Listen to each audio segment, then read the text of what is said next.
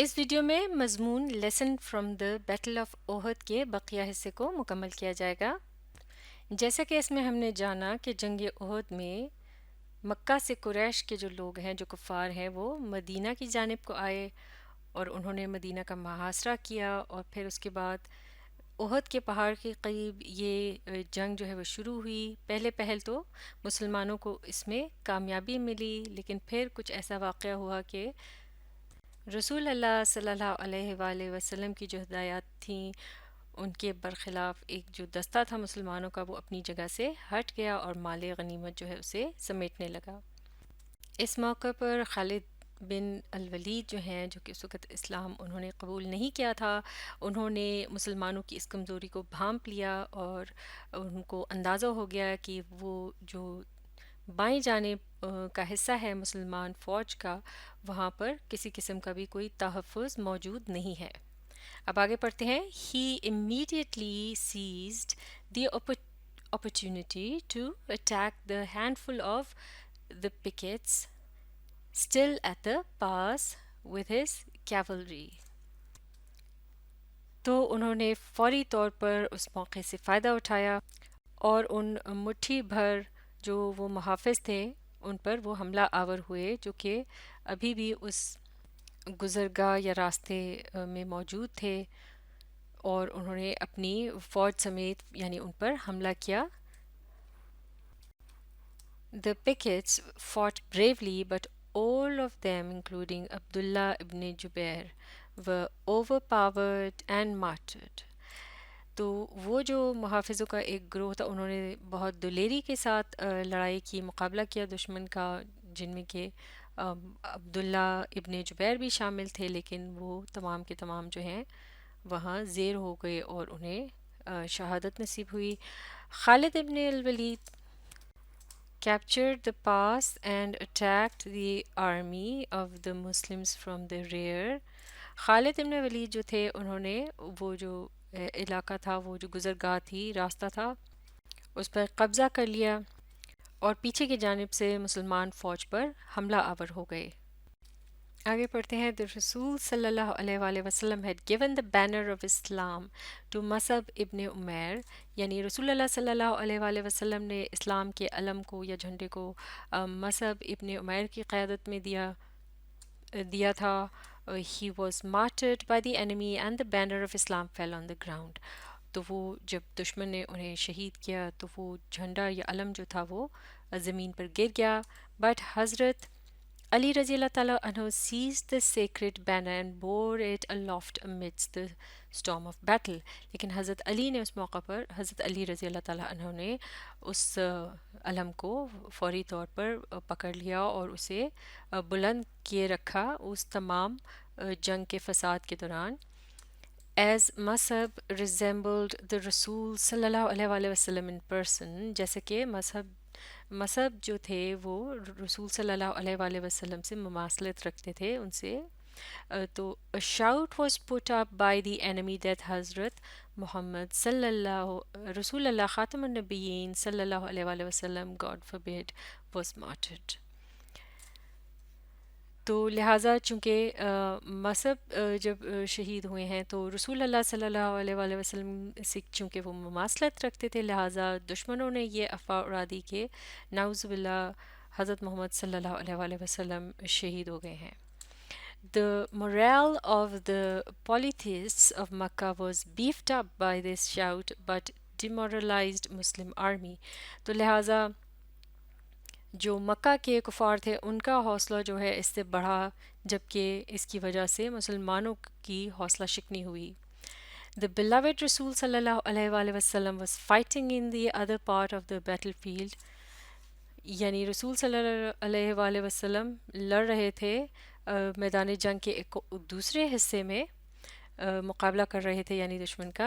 had been wounded، اور وہ بھی زخمی ہوئے تھے۔ and his head and holy face were bleeding، اور ان کا سر مبارک جو ہے اور چہرہ مبارک وہ رس رہا تھا خون سے۔ few Muslims mainly، چند ایک مسلمان جن میں خاص طور سے the انصار were defending him، جو انصار کے لوگ تھے وہ کی ان کا تحفظ کر رہے تھے. It was this little group and its battle cries that caught Ali's رضی اللہ تعالیٰ عنہ's attention. یعنی یہ جو ایک چھوٹا سا گروہ تھا اور اس کی جو جنگ میں وہ جو ان کا شور تھا جس نے کہ حضرت علی رضی اللہ تعالیٰ عنہ کو اپنی طرف متوجہ کیا. He tore his way through the enemy lines and came up to his comrades in arms. تو وہ دشمن کی صفوں کو چیرتے ہوئے پہنچ گئے اپنے ساتھیوں کے پاس. They stood surrounding the رسول صلی اللہ علیہ وآلہ وسلم اور وہ ان سب نے رسول صلی اللہ علیہ وآلہ وسلم کے گرد گھیرا ڈال دیا. Led by ابو دجانہ رضی اللہ تعالیٰ عنہ جن کی قیادت جو ہے وہ ابو دجانہ رضی اللہ تعالیٰ عنہ کر رہے تھے. They were doing their best to shield him from the weapons of the enemy. اور وہ اپنی بھرپور کوشش کرنے لگے نبی پاک صلی اللہ علیہ وآلہ وسلم کو دشمنوں کے وار سے بچانے کے لیے. He was thrilled to see his master alive. تو انہوں نے جب اپنے آقا کو زندہ موجود پایا تو وہ بہت پرجوش ہو گئے. The idolaters renewed their attacks, charged repeatedly, but حضرت علی رضی اللہ تعالیٰ عنہ repulsed them each time. جو بت پرست تھے انہوں نے تازہ حملے اپنے جاری رکھے اور وہ بڑی شدت کے ساتھ یعنی اپنے حملے دہراتے رہے، لیکن حضرت علی رضی اللہ تعالیٰ عنہ جو ہے انہوں نے ڈٹ کر ہر حملے کا مقابلہ کیا. The strong defense of حضرت علی رضی اللہ تعالیٰ عنہ اور حضرت علی کا جو اتنا مضبوط دفاع تھا اینڈ ادر صحابہ اور دوسرے جو صحابی تھے ان کی بھی جو مدد اس میں شامل تھی. therefore prevented the non-believers to take advantage of the victory and averted destruction. تو لہٰذا حضرت علی اور باقی رضی اللہ تعالیٰ عنہ اور باقی صحابہ جو ہیں انہوں نے مل کر یہ بھرپور کوشش کی کہ مشرکوں کو مسلمانوں کا فائدہ اٹھانے سے روکا جائے اور تباہی کا جو رخ ہے اسے موڑ دیا جائے، یعنی جو فتح ہے وہ پھر دوبارہ مسلمانوں کے ہاتھ ہی لگے. The battle that would have otherwise ended in annihilation of Muslims ended in a draw. یعنی وہ جنگ جو ہے جو کہ یوں تو ایک طرح سے مسلمانوں کی تباہی کی طرف جا رہی تھی لیکن بالآخر وہ ایک تعطل کا شکار ہو گئی، یا پھر وہ ایک طرح سے وہ جنگ جو ہے وہ برابر رہی، اس کا نتیجہ برابر رہا دونوں اطراف سے، یعنی کوئی جیت ہار نہ ہوئی اس میں.